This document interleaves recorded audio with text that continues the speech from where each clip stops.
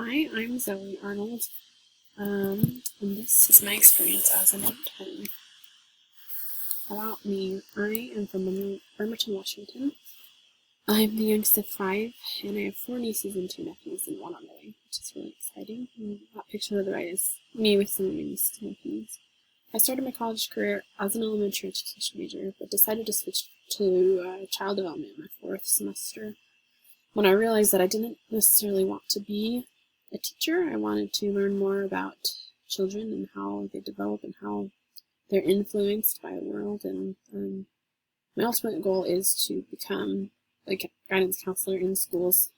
I'll hopefully be going to graduate school and getting my master's, and I'm really excited to do that. How did I get this internship?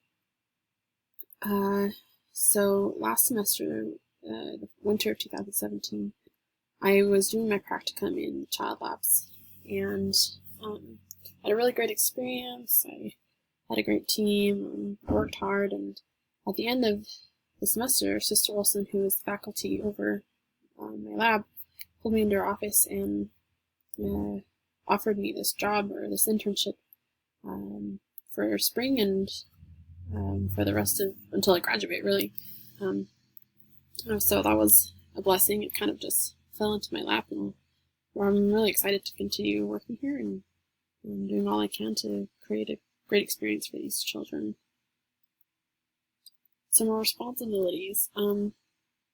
One thing that I really was unaware of and I didn't know how to do or what to do were administrative duties. So I was just kind of thrown into this. I really didn't understand in the beginning how much went into preschool and how to prepare for preschool until I was kind of thrown into it at the beginning of the semester with all the children's files and putting together immunization forms, and if they didn't have them, I needed to go collect them, and just different things like that so that we can get those files ready to take to home visits, and that we just had information on the children, and creating check-in, check-out sheets, snack sheets.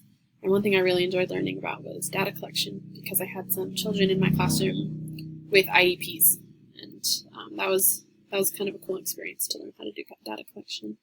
Some other responsibilities, I was in charge of a team of 5 student teachers, and with these student teachers I had pre-planned meetings, so we would sit down and talk about their lesson plans and some ideas that they had and what they were worried about, or if things were appropriate to do or inappropriate to do.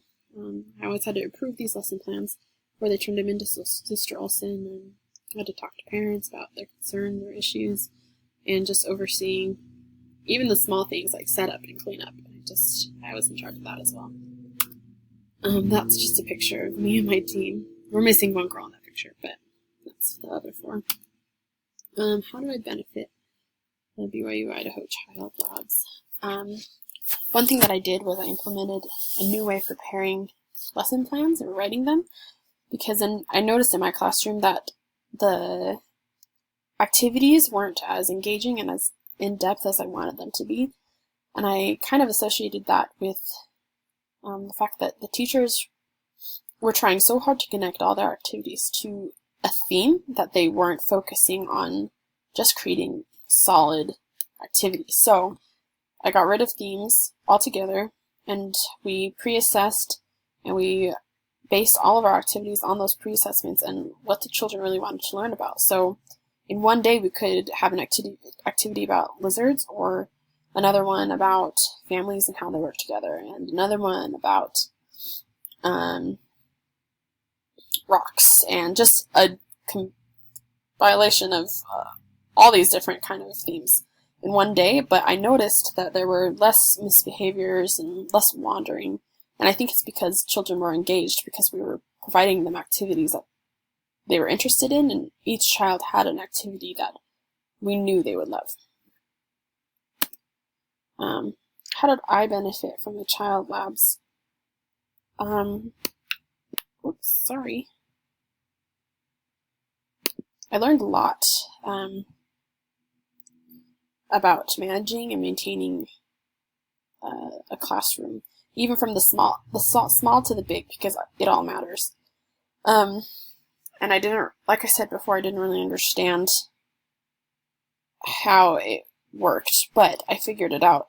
What else? I learned that I really do love working with this age group.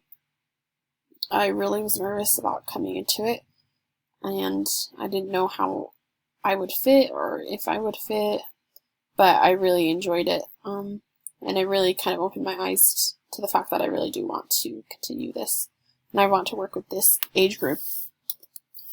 Some connections that I made were how important play is to young children. Play really does have an impact on their learning, and you might look, or some people may look at it and see they're just playing, they're not learning anything, but what I've learned and what I've seen is when I see a child playing with blocks, I'm seeing them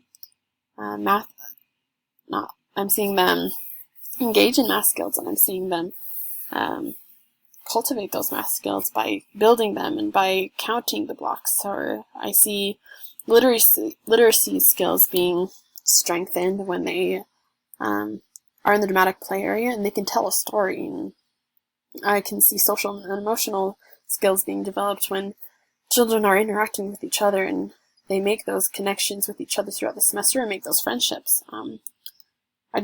I really, in my time in the labs, I've seen that a lot, how play really does have an influence on how they learn and what they learn, and they do learn a lot from playing with each other. Would I recommend these labs? Yes, I would definitely recommend these labs. I've had an amazing experience, and if you have any questions, I would contact Sister Pond in the office of the Child Labs. And thank you for listening.